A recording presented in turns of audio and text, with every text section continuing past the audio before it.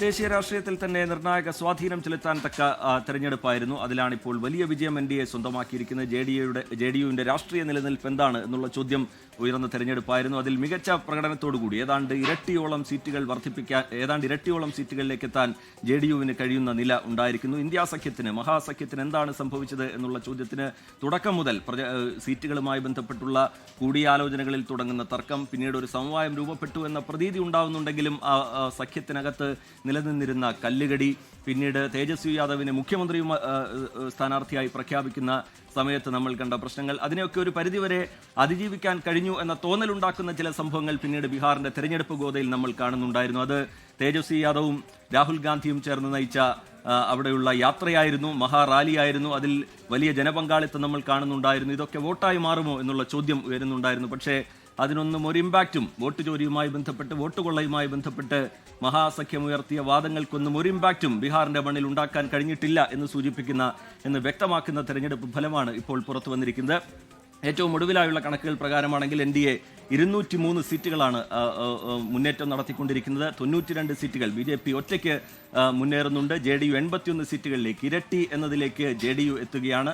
ബീഹാറിന്റെ മണ്ണിൽ നിതീഷ് കുമാറിന്റെയും JDUവിന്റെയും രാഷ്ട്രീയ പ്രസക്തി എന്താണ് എന്നുള്ളത് ഊന്നിപ്പറയുന്ന തെരഞ്ഞെടുപ്പ് ഫലമായി ഇത് മാറുകയാണ്.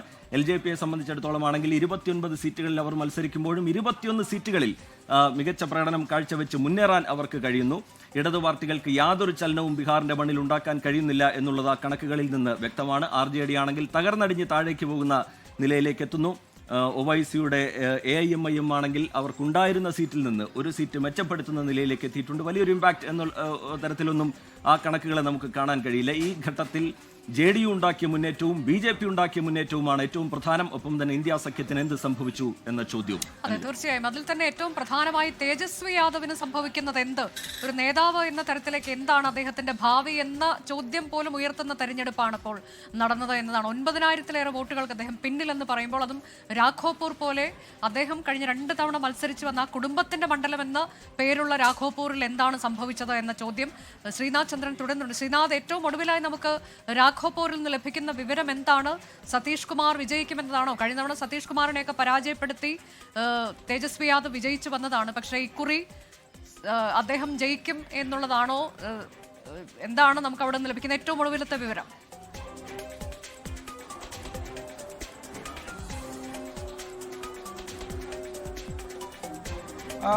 ലാലു പ്രസാദ് യാദവിനെ സംബന്ധിച്ചിടത്തോളം അദ്ദേഹത്തിന്റെ 2 മക്കളും ഈ തെരഞ്ഞെടുപ്പിൽ പരാജയപ്പെടാനുള്ള എല്ലാ സാധ്യതകളും തെളിഞ്ഞു കഴിഞ്ഞു. തേജ് പ്രതാപ് ഏതാണ്ട് തോൽവി ഉറപ്പിച്ചു കഴിഞ്ഞു. ഇപ്പോഴും അദ്ദേഹം 3-ാം സ്ഥാനത്താണ്. 1-ാം സ്ഥാനത്ത് നിൽക്കുന്ന LPയുടെ സ്ഥാനാർത്ഥിക്ക് ഏതാണ്ട് 27,000 വോട്ടിന്റെ ഭൂരിപക്ഷം ഇതിനോടകം തന്നെയുണ്ട്. ആ സീറ്റിൽ നേരത്തെ മഹുവയാണ് ആ മണ്ഡലം.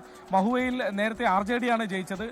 കഴിഞ്ഞ തവണ ജയിച്ച അതേ സ്ഥാനാർത്ഥിയാണ് ഇത്തവണയും മത്സരിച്ചു. അദ്ദേഹം 2-ാം സ്ഥാനത്താണ്. തേജ് പ്രതാപ് ആവട്ടെ 3-ാം സ്ഥാനത്തേക്ക് ജൻശക്തി ജനതാ പാർട്ടി ജനതാദൾ എന്ന പാർട്ടി ഉണ്ടാക്കി അദ്ദേഹം 3-ാം സ്ഥാനത്തേക്ക് പോയിരിക്കും. അതുകൊണ്ട് അദ്ദേഹത്തിന്റെ കാര്യത്തിൽ ഏതാണ്ട് തീരുമാനമായി കഴിഞ്ഞു. ഈ തെരഞ്ഞെടുപ്പിൽ അദ്ദേഹം തോൽക്കുമെന്നുള്ള കാര്യത്തിൽ ഇനിയിപ്പോൾ വലിയ സംശയങ്ങൾക്കൊന്നും ഇടയില്ല. രാഘോപൂരിലാവട്ടെ തേജസ്വി യാദവ് മഹാസഖ്യത്തിന്റെ മുഖ്യമന്ത്രി സ്ഥാനാർത്ഥിയാണ്. അത്രയും ഉറപ്പുള്ള ഒരു സീറ്റിൽ മത്സരിച്ച് വിജയിക്കുമെന്ന് അത്രമേൽ ഉറപ്പുള്ള ഒരാൾ അദ്ദേഹത്തിന്റെ മണ്ഡലത്തിന് അപ്പുറത്തേക്ക് മറ്റു മണ്ഡലങ്ങളിൽ പ്രചാരണത്തിന് പോയി മറ്റിടങ്ങളിൽ കൂടി സ്ഥാനാർത്ഥികളെ വിജയിപ്പിക്കേണ്ട ഉത്തരവാദിത്വം ഉണ്ടായിരുന്ന തേജസ്വി യാദവ് സ്വന്തം മണ്ഡലത്തിൽ തോൽവി മണക്കുകയാണ്. ഏതാണ്ട് 9,000 വോട്ടിന്റെ ഭൂരിപക്ഷമാണ് ഇപ്പോൾ സതീഷ് കുമാർ യാദവിന് രാഘോപൂരിലുള്ളത്. സതീഷ് കുമാർ അത്ര കുറഞ്ഞ പുള്ളിയൊന്നും അല്ല. രാഘോപൂരിനെ സംബന്ധിച്ചിടത്തോളം ഈ RJDയുടെ കോട്ടയായ അവിടെ സ്വന്തമായി ഒരു വോട്ട് ബാങ്ക് ഉണ്ടാക്കാൻ സതീഷ് കുമാർ യാദവിന് കഴിഞ്ഞ കാലങ്ങളിൽ കഴിഞ്ഞിട്ടുണ്ട്. 2010-ലാണ് അതിന്റെ നിർണായകമായ ഒരു ഘട്ടമുണ്ടായത്. അന്ന് അവിടെ റാബറി ദേവി RJD ടിക്കറ്റിൽ മത്സരിക്കുന്നു. റാബറി ദേവി അവിടെ അട്ടിമറിച്ചാണ് സതീഷ് കുമാർ യാദവ് അവിടെ അദ്ദേഹത്തിന്റെ ഒരു രാഷ്ട്രീയത്തിൽ അദ്ദേഹത്തിന്റെ പേര് പ്രശസ്തമായി മാറുന്നത്. പിന്നീട് തുടർച്ചയായി അദ്ദേഹം തെരഞ്ഞെടുപ്പിൽ മത്സരിക്കുന്നുണ്ട്. പക്ഷെ അപ്പോഴേക്കും 2015-ൽ തേജസ്വി യാദവ് ആ സീറ്റിൽ വന്ന് മത്സരിക്കുന്നു. ലഭിക്കുന്ന ഏറ്റവും പുതിയ വിവരം 388 എന്ന തരത്തിലേക്ക് ആ കണക്ക് മാറിയിട്ടുണ്ട് എന്നതാണ്. 9,000 എന്നൊക്കെയുള്ളത് നേരത്തെ ആയിരുന്നു. ഇപ്പോൾ 18 റൗണ്ട് പിന്നിടുമ്പോൾ 388 വോട്ടിന് പിന്നിൽ എന്നുള്ളതാണ്. അങ്ങനെയെങ്കിൽ ഇനിയും പ്രതീക്ഷയുണ്ട് എന്ന് കരുതാമെന്ന് തോന്നുന്നു. ഇളകി എന്നുള്ള കാര്യമാണ് ഇപ്പോൾ നമുക്ക് മനസ്സിലാവുന്നത്. ഇനിയിപ്പോൾ അധികം റൗണ്ടുകൾ എണ്ണാനില്ല. ഇനിയൊരു തിരിച്ചുവരവ് എത്രത്തോളം സാധ്യമാണ് എന്ന കാര്യം സംശയമാണ്. ഇനി എണ്ണുന്ന ഓരോ റൗണ്ടിലും വലിയ മേൽക്കൈ തേജസ്വി യാദവിന് കിട്ടേണ്ടതുണ്ട്. എന്നാൽ മാത്രമേ അദ്ദേഹത്തിന് ഇനിയൊരു പ്രതിപക്ഷ നേതൃസ്ഥാനത്തേക്ക് വരണമെങ്കിൽ പോലും ഒരു MLA ആയി കടന്നുകൂടണമെങ്കിൽ പോലും അദ്ദേഹത്തിന് സാധിക്കുകയുള്ളൂ. അതുകൊണ്ട് നിയമസഭയുടെ പടി കാണാതെ പോലും ഒരുപക്ഷെ തേജസ്വി പുറത്തായാൽ അതിൽ വലിയ അത്ഭുതങ്ങളൊന്നും ഇനിയില്ല. കാരണം അങ്ങനെ ഒരു സാഹചര്യത്തിലേക്ക് തേജസ്വി യാദവ് പോകുന്നുണ്ട്. മഹാസഖ്യത്തിലെ പാർട്ടികളുടെ മൊത്തം ഒരു പ്രകടനം നമ്മൾ നോക്കിയാൽ പോലും എല്ലാ പാർട്ടികളും തകർന്നടിഞ്ഞു. അതിൽ ഏതെങ്കിലും ഒരു പാർട്ടിക്ക് പിടിച്ചു നിൽക്കാൻ കഴിഞ്ഞില്ല. 2020 നമ്മൾ RJD കാര്യമായി പിടിച്ചു നിൽക്കുന്നത് കണ്ടതാണ്. ഒരുപക്ഷെ ഇത്തവണയും തെരഞ്ഞെടുപ്പ് ഫലം എതിരായാലും RJD എങ്കിലും പിടിച്ചു നിൽക്കാൻ സാധ്യതയുണ്ട് എന്ന് നമുക്ക് തോന്നിയതാണ്. കാരണം ഈ തേജസ്വി യാദവിനെ എന്തൊക്കെ പറഞ്ഞാലും അദ്ദേഹത്തിനൊരു സ്വാധീനം ഉണ്ട്. അദ്ദേഹത്തെ മുഖ്യമന്ത്രിയെ ആഗ്രഹിക്കുന്ന ആളുകൾ നിരവധി സംസ്ഥാനത്തുണ്ട്. ചില എക്സിറ്റ് പോളുകൾ ആ തരത്തിൽ തേജസ്വിയെ മുഖ്യമന്ത്രി സ്ഥാനത്തേക്ക് ആളുകൾ ആഗ്രഹിക്കുന്നു എന്ന തരത്തിലും പുറത്തു വന്നതാണ്. പക്ഷേ ഒരു തരംഗം ആഞ്ഞു വീശിയപ്പോൾ അവിടെ RJDക്കും പിടിച്ചു നിൽക്കാൻ കഴിഞ്ഞില്ല.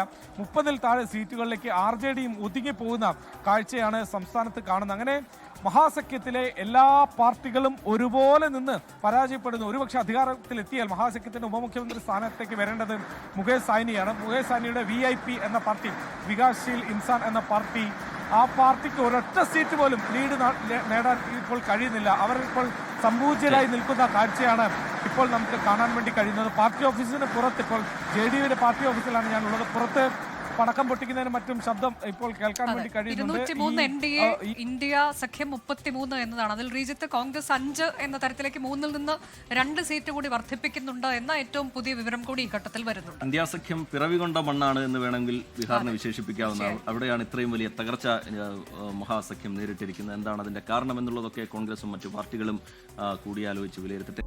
ലോകത്തെവിടെയായാലും ഏത് സമയത്തും 24 വാർത്തകളും ഓഗ്മെന്റഡ് റിയാലിറ്റി പാക്കേജുകളും എക്സ്പ്ലെയിനറുകളും വിശദമായി കാണാൻ ഞങ്ങളുടെ YouTube ചാനൽ നിങ്ങൾക്ക് സബ്സ്ക്രൈബ് ചെയ്യാം.